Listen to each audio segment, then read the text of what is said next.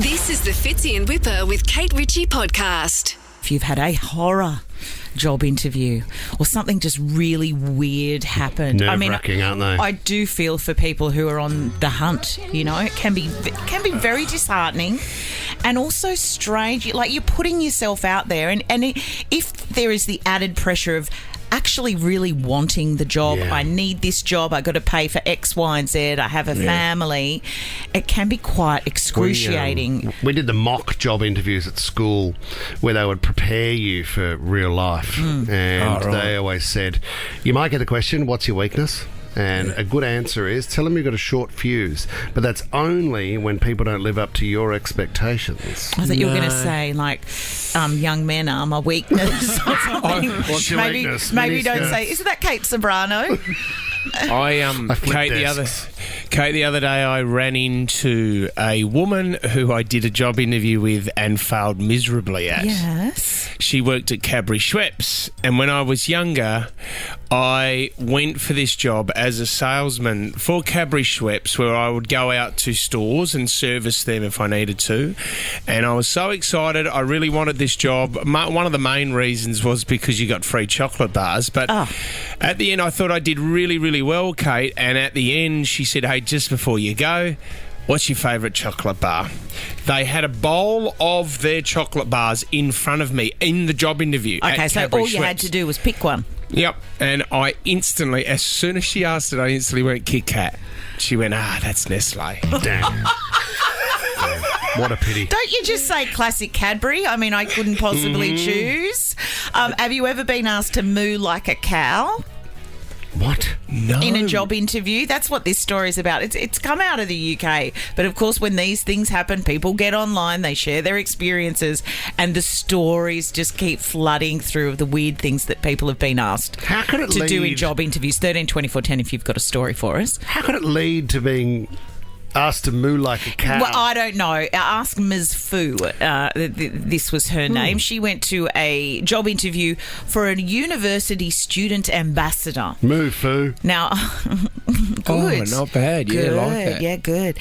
She said it was a group interview. I mean, that's tough as well. Weird. How do you place yourself in the group? Do you try and be heard, or do you sit back? You're trying to second guess what the interviewer's thinking. And at one point, they were asked to get on the floor, crawl around on the floor, on their hands and knees, and moo like a cow. Now, apparently, the reason for this was that they wanted to see whether people were fun.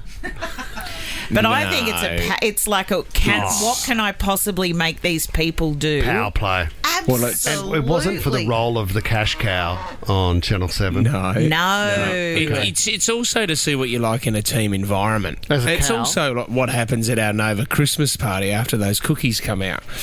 It's a lot of people end up. Tommy was a blow-up horse.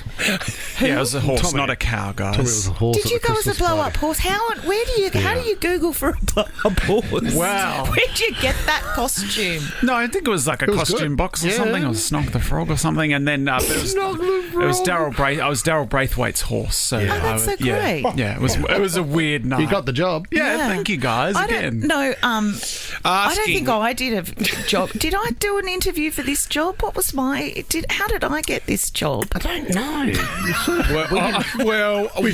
I just turned up one day and didn't go home. We were told that you were sort of just... Oh, okay, you were told. You would have had, years ago, when you were working on American Russo, you would have sat down with Kath O'Connor. She was our CEO. Then you would have had a job interview. She would have had to get to know you, Kate, and it's very nerve-wracking.